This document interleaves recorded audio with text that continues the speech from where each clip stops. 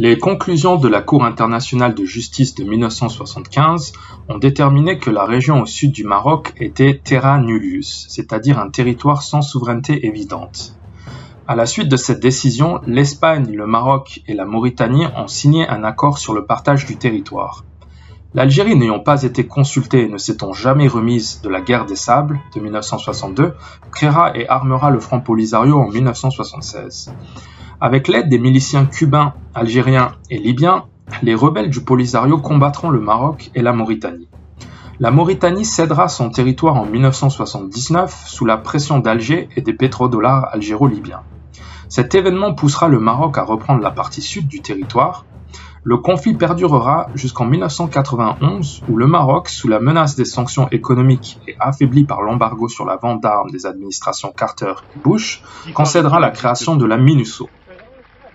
Dimanche, les Marocains sont passés à l'attaque. 6 régiments blindés d'infanterie mécanisée s'enfoncent dans la région, appuyés par des Mirages armés de bombes de 500 kg. Et ce, en moins de 15 jours du cessez-le-feu patronné par l'ONU. Tifariti en ruine et retourné au désert. Le contexte des décennies de 1970 et 1980 est très important pour comprendre l'attitude des États-Unis vis-à-vis du Maroc. En 1975, les États-Unis ne se sont toujours pas remises du choc pétrolier de 1973.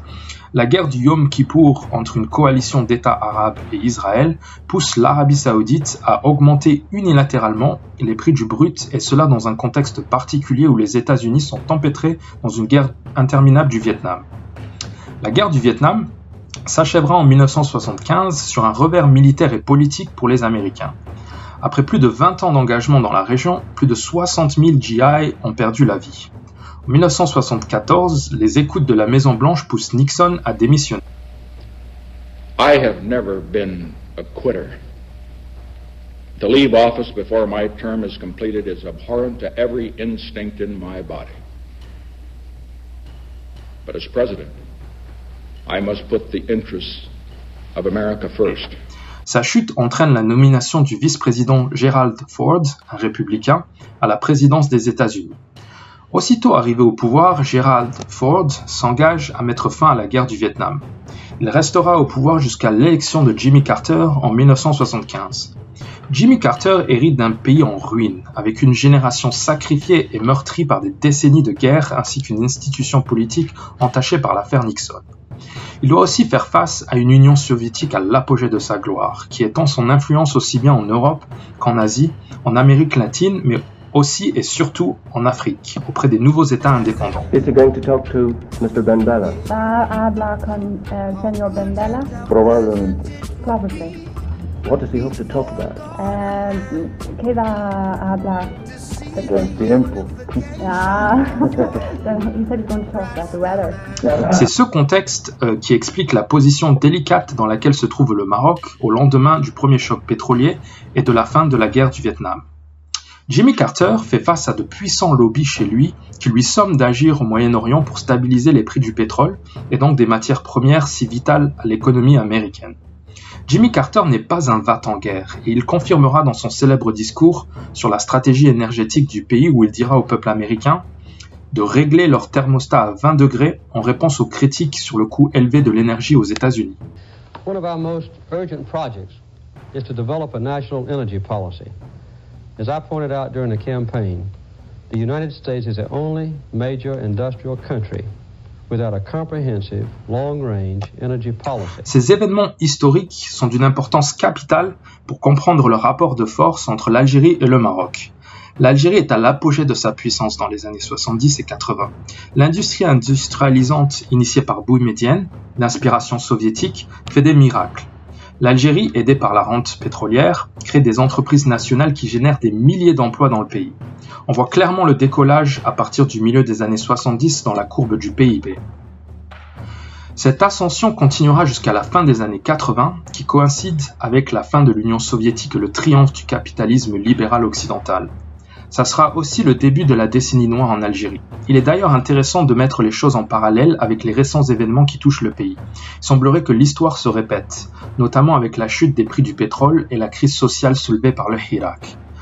C'est donc dans ce contexte qu'en 1991, le Maroc, victime de son économie rouillée par des décennies de guerre et une Algérie qui fait face à un bouleversement politique dans le pays, se mettent d'accord sur la tenue d'un référendum au Sahara.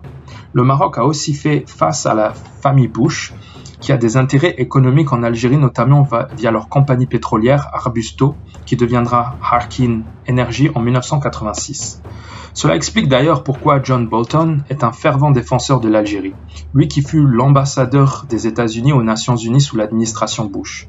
On comprend comment il a été amené à travailler avec l'Algérie via des entreprises du président Bush et comment aujourd'hui il continue à recevoir des pots de vin du régime algérien.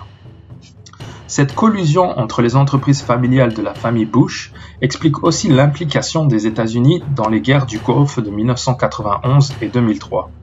Il est aussi intéressant d'analyser le produit intérieur brut du Maroc après 1991 et la levée des sanctions US contre le pays. En conclusion, en 1991, le Maroc a succombé aux pressions de la communauté internationale qui a privilégié l'Algérie au Maroc, en raison notamment de l'aspect stratégique du pays et de par ses réserves pétrolières dans un contexte de guerre froide et par la suite de tensions au Moyen-Orient.